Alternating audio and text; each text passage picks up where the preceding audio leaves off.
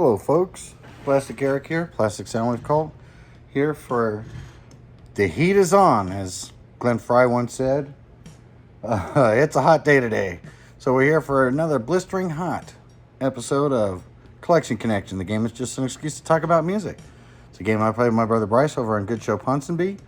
Every Monday, I will show an album from my collection. Bryce will find a connection to that album, whether it be a song or about the artist, or about the album, or the production of the album, or where it stood in the charts, any kind of connection at all. Show an album from his collection on Thursday, and then I repeat the whole process on Monday.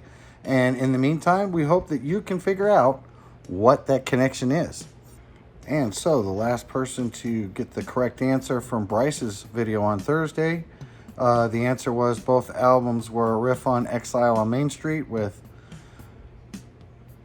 Exile on Mainstream, and then Exile in Guyville from Liz Phair. So that was the connection. Nonsuch Ned got that correct. I will put a link to his channel down at the bottom there. And this week he gets the bragging rights for getting it right, because our budget doesn't allow for prizes.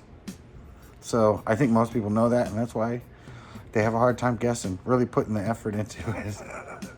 And so the last album that Bryce talked about was Liz Phair's Exile in Guyville. I found it to be a decent album. The songs that stood out for me, let me take a quick look here. Because to be honest, I've never really listened to Liz Phair before. I have seen an interview with her on Joe Rogan. So I know a little bit of her story. You know, how she grew up and things like that. Until this particular homework album, I had not listened to any of her music before. And so I found the opener to be quite good. Shatter was a good song. Divorce Song was a good song. Fucking Run was a good song. I don't know. I had already been listening to punk music and stuff like that, so I was used to a touch of language. And I've never been the kind of guy that think, oh, it's so, unwomanly like if a woman swears or anything. I think they should be able to swear just as much as us guys do. And I think her particular kind of music was, even though it was about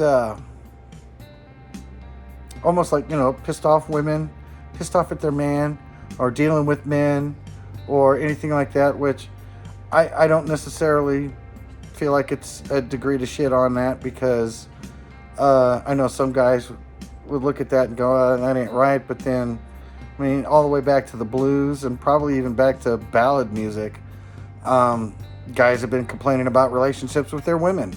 That's basically the biggest part of the blues is, your relationship with the girl. And even in the blues, there was women that were singing about it then too. But it definitely came into prominence in the 90s. And Liz Phair was one of those initial artists that brought this feeling of, women have thoughts too, which is kind of more the take that I come away with it. And they should be able to have thoughts about whatever they want as well, whether it be they're pissed off at their guy like Alanis Morissette seems to be, and it's okay to be a psycho about things, or with Meredith Baxter later, her song, I think it's the right word for it was Spaces in Between or something, but we all know what song that she was singing or what the original title of it was. And so she talked about all the different roles that women play. And Liz Phair came in saying that, hey, girls can be just as filthy minded as the guys can. And which is interesting. It's a cool take on it. It's one of those things where I could see where some dudes can't get into it. I never really listened to her that much before this. Not because I was thrown off by the subject matter. You can't get into everything. And that's one of the nice things about Collection Connection is that Bryce has a whole list of bands I've never heard of. I've had a whole list of bands that he's never heard of. And it gives you a chance to mix those up and maybe find something that you like. And so overall, I don't know if I would get this album necessarily, but for the most part, listening to it on Spotify was not bad at all. Again, I don't think I'm the market for this particular album, but it's interesting to hear a woman's perspective and take on what it's like to be a woman in the 90s at that time. And I think many of these songs still translate into modern day today. And so with that being said, which really doesn't help you in the sense of a clue, but what did I go ahead and connect that to?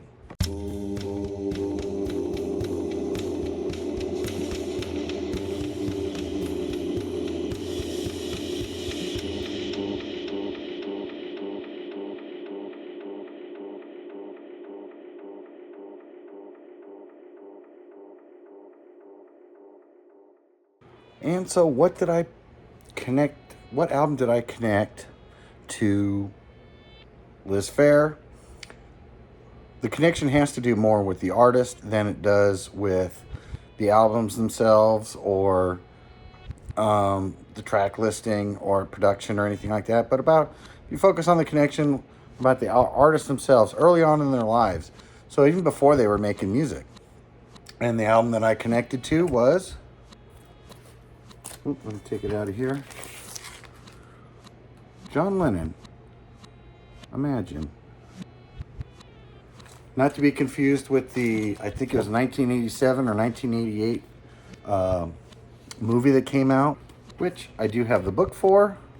This is the coffee book that came with the Imagine soundtrack, which I would think that they'd come up with a different name since he already had an album called Imagine. And quite frankly, for a long time, that Imagine was my compilation that I had. It was like half Beatles songs and half John Lennon solo stuff. And so this here, Imagine, was his famous album that he put out that created that song. I just thought it was funny to call that movie Imagine as well, which doesn't seem to be very imaginative, ironically. But this album here has some great songs on it. You've got Crippled Inside, of course, Imagine. Golly, where are the... Let me go to here to look at a better list of these songs here. Yeah, Imagine. Crippled Inside is a great song. Jealous Sky was one that was on that other album. It's So Hard. I Don't Want to Be a Soldier is a song I like on here. Give Me Some Truth. How Do You Sleep, which is an interesting diss track that was, I guess, fired at Paul McCartney. How and Oh Yoko.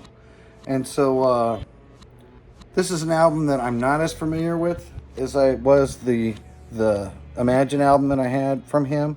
I don't have the CD anymore, but I do have it recorded on a tape that I did a long time ago, so I still can listen to it. But this really is the original Imagine that he came out with, and it's quite good. Of all of his stuff, I kind of like this album the best. I did know Double Fantasy, especially in the 80s. As a kid, I was not aware of who he was, but when he passed, due to the unfortunate situation that he passed under, didn't know who he was, and got a big education of him at the age of 10, with Double Fantasy had just come out, which then took off after his passing. And then after that, all Beatles songs.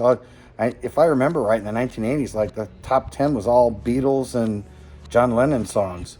But I believe this is his first album that he did. I don't know for sure. I'll put a thing down here that says if I'm a liar or not. And but of all of his solo stuff that I've heard, this is the one I like the best. This is the one I've stuck to. I was given this by a friend of my mom's who was very generous in giving this to me. This sounds absolutely fantastic. If you haven't heard this, you should listen to it. It's got some of his great tunes on here. Ironically, with the connection, he just doesn't have Mother on here. But I've already said too much, and this video has already gone way too long. So if you get a chance, John Lennon's Imagine, fantastic album. And with that, hopefully you can figure out